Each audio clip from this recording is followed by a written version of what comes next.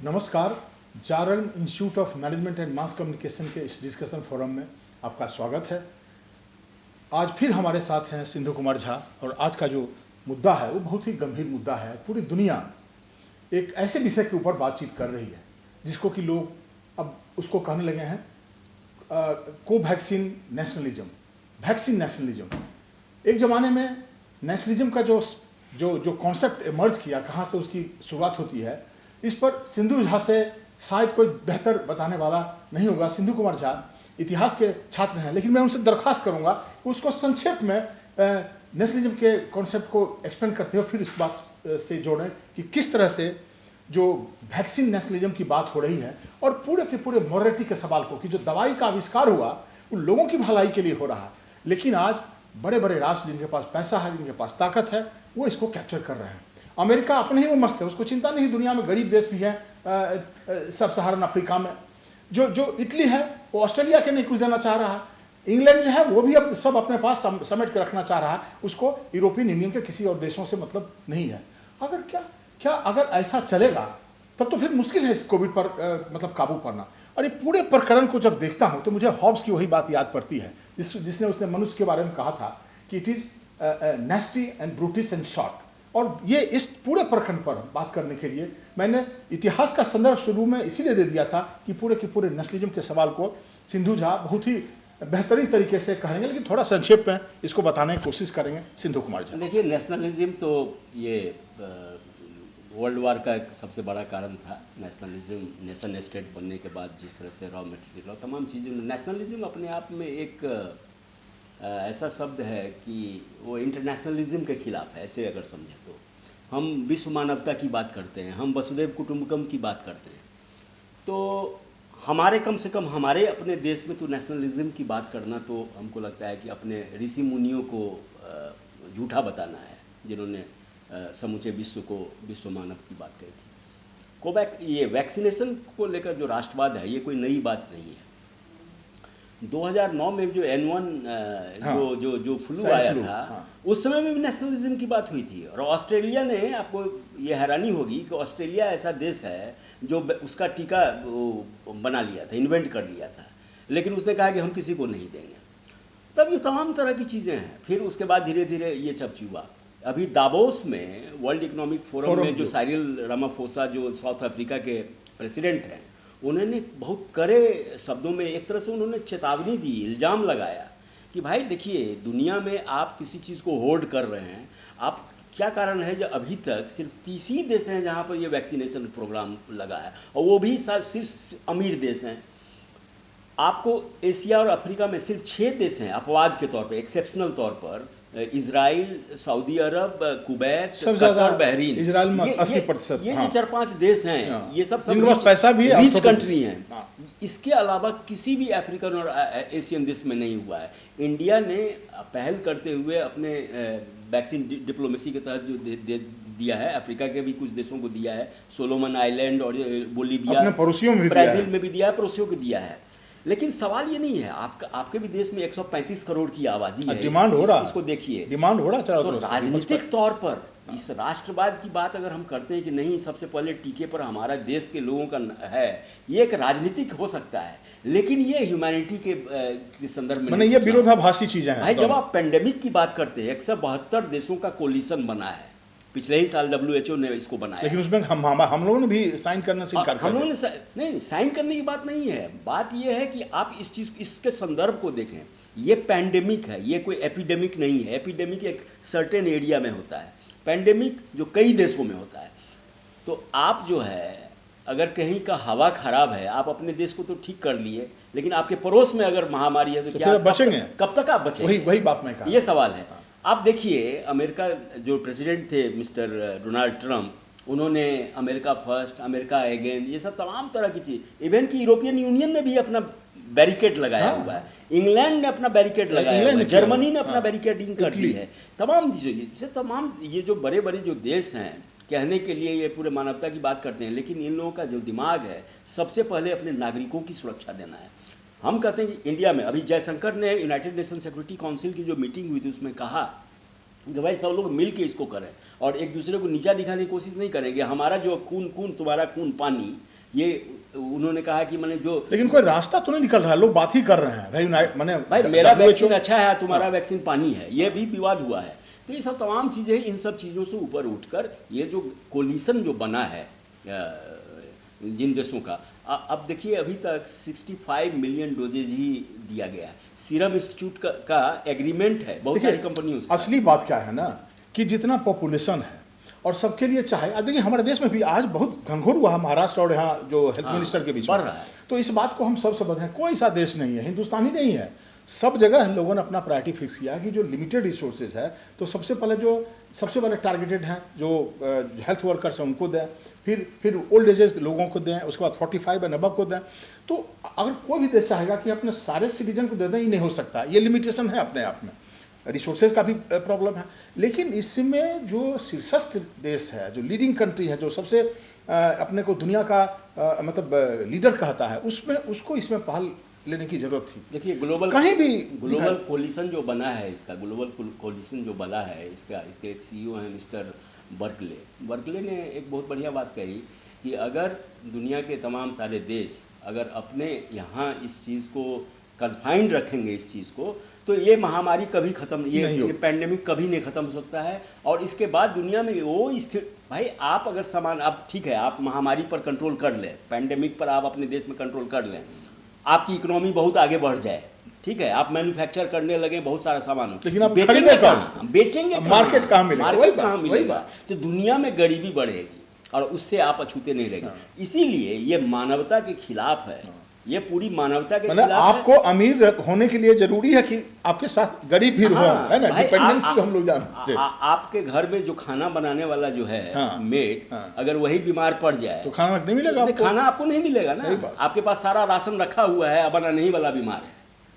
तो इस पूरे मतलब हम 21st सेंचुरी में हैं, जी रहे हैं, और मतलब मंगल पे और चांद पे और कहाँ जाने के ख्वाब देख रहे हैं, लेकिन आज भी कहाँ लोग इस तरह की इनिशिएटिव ग्लोबल लेवल पे।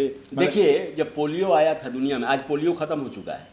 पोलियो का टीका जब तक पूरे दुनिया से कैसे खत्म हुआ है, इसलिए कि उसका जो वैक्सीनेशन प्रोग्राम था वो यूनिफॉर्म तरीके से पूरे दुनिया के देशों में चलाया गया था।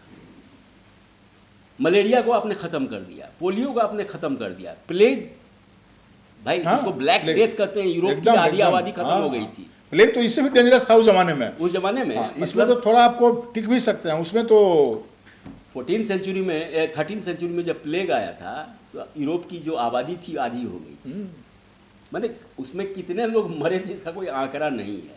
ये भी एक रेनेसा का बहुत बड़ा कारण था, प्लेग का आना। ये पैंडेमिक का आना भी एक रेनेसा है, ये समझ जाइए आप।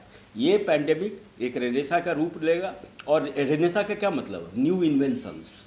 अब न्यू इन्वेंशंस हो रहे हैं। अभी हम तो जूझ रहे हैं कि भाई एस्ट्राजेनिका, ऑक्सफोर्ड सीरम इंस्टीट्यूट और भारत बायोटेक का कोवैक्सीन वर्सेस कोविशील्ड चल रहा है। कोविशील्ड, लेकिन यहाँ तो WHO भी कह रहा है कि भाई डॉक्टर कह रहे हैं कि इसके बारे में जानकारी है ही नहीं लोगों को। जानकारी के अलावा लोग ट्रायल नहीं कर रहे हैं, ट्रायल करने नहीं दे रहे हैं। दूसरी बात ये भी है कि जिस तरह से लोग डेटाज को छिपा रहे हैं कुछ देश, हालांकि आरोप चाइना के ऊपर ज़्यादा है, लेकिन कि जहाँ से इमर्ज किया वही देश जो है डेटा को छिपा रहा है, तो वो तो सबसे ज़्यादा अन्याय कर रहा है मानवता के साथ, इसमें कोई दो राय नहीं है। और वो इसलिए कर रहा है कि तुम मेरा ही वैक्सीन खरीदो, तुम बिजनेस भी है, बिजनेस है। तो ये मानवता के खिलाफ अन्याय है, ये मानवता के खिलाफ। तो उससे वैक्सीन नेशनलिज्म जो है, ये उसका सबसे ज़्यादा क्लासिक एग्जाम्पल आप कह सकते हैं, जो चाइना कर रहा है, और उसके बाद जो यूरोपियन यूनियन कर रहा है और जो अमेरिका कर रहा है। भारत तो देखिए, भारत में तो क्या है, भारत में तो ऐसे भी लोग, इतने लोग गरीब हैं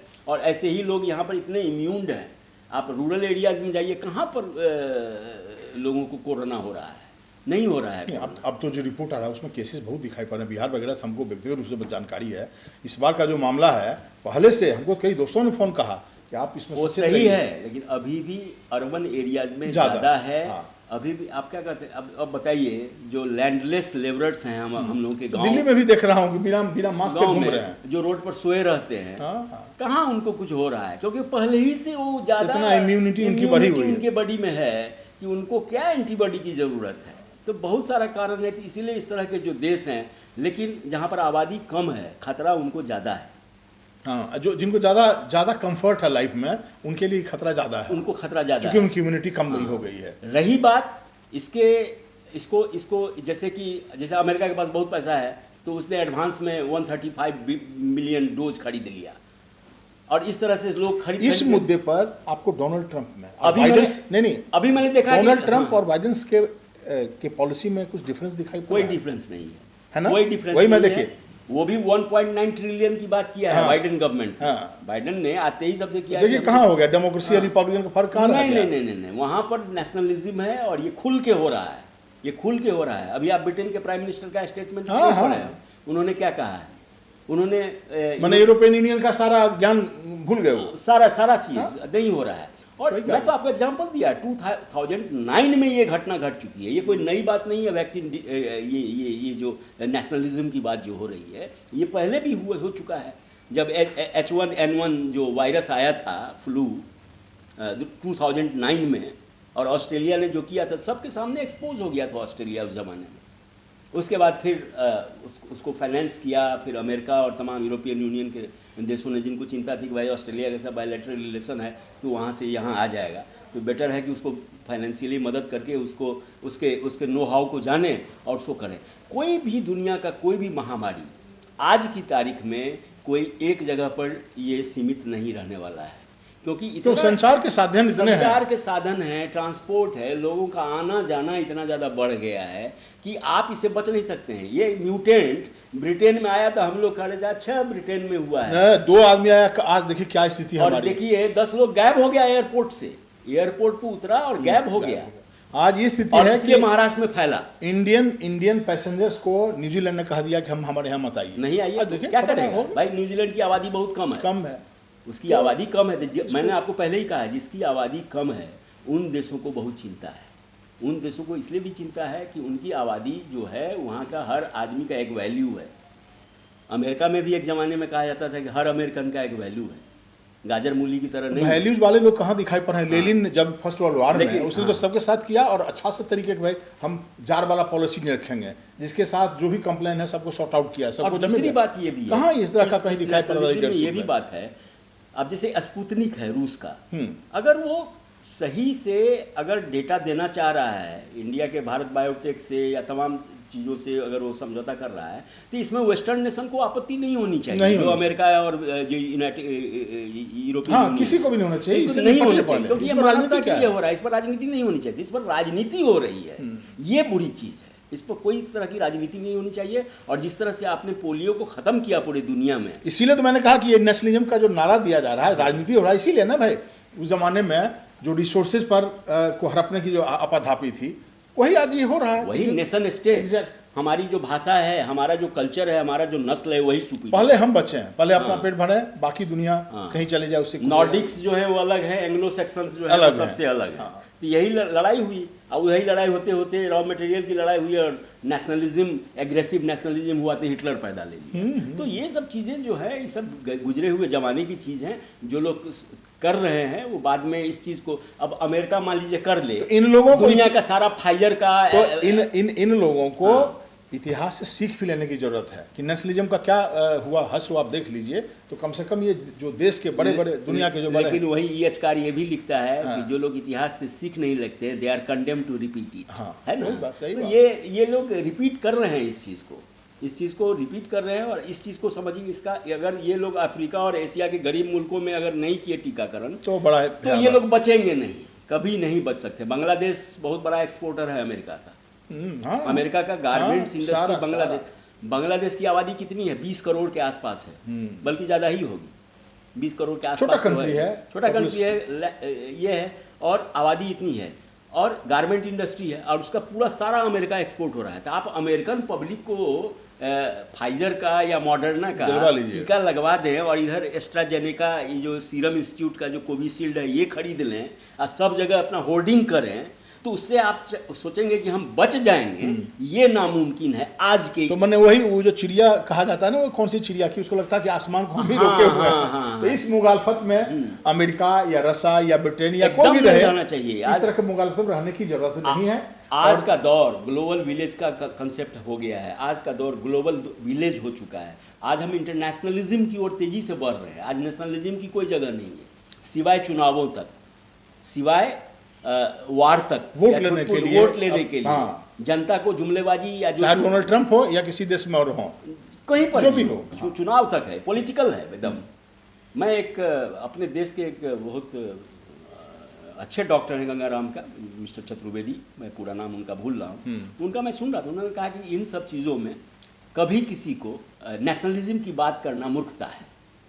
अगर कोई देश अगर नेशनलिज्म की बात कर रहा है, जो हम अपने जनता को बचा लें, तो वो अपनी जनता को मूर्ख बना रहा है। बिल्कुल बना रहा है। वो अपनी जनता को नहीं बचा सकता है। वोट लेने का प्रयास कर रहा है, जनता को क्या बताएगा। तो हम समझते हैं इस मुद्दे के ऊपर हमने उसके जुड़े हुए कई पक्षों के बात में किया। हमने इतिहास में हॉब्स से लेकर के यचकार की बात करी है और सिंधु कुमार जब नेशनलिज्म के सवाल पे, तो इस पर और अगली बार जब हम आपसे मिलते हैं तो फिर किसी नए मुद्दे के साथ मिलते हैं।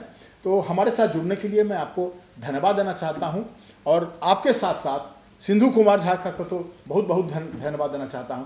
आज हम इस मौके का फायदा उठाते हुए हम अपने कलीग और जो हमारी कैमरा टीम के को जो हेड करते हैं प्रोफेसर सचान, उनको भी धन्यवाद देना चाहता हूं, क्योंकि इस पूरे के पूरे जो प्रकरण जो हम लोग जो काम कर रहे हैं इसमें उनकी एक बड़ी भूमिका है। उनका लॉजिस्टिक सपोर्ट उन्हीं का है, बहुत बहुत बड़ी भूमिका उनको। तो कैमरे इन्हीं के सारी जो बातों पीछे से, है, इन्हीं उनका चंद हम बातों के अभिवादन साथ करें। आप सबको एक बार फिर से धन्यवाद। अगली बार मिलेंगे।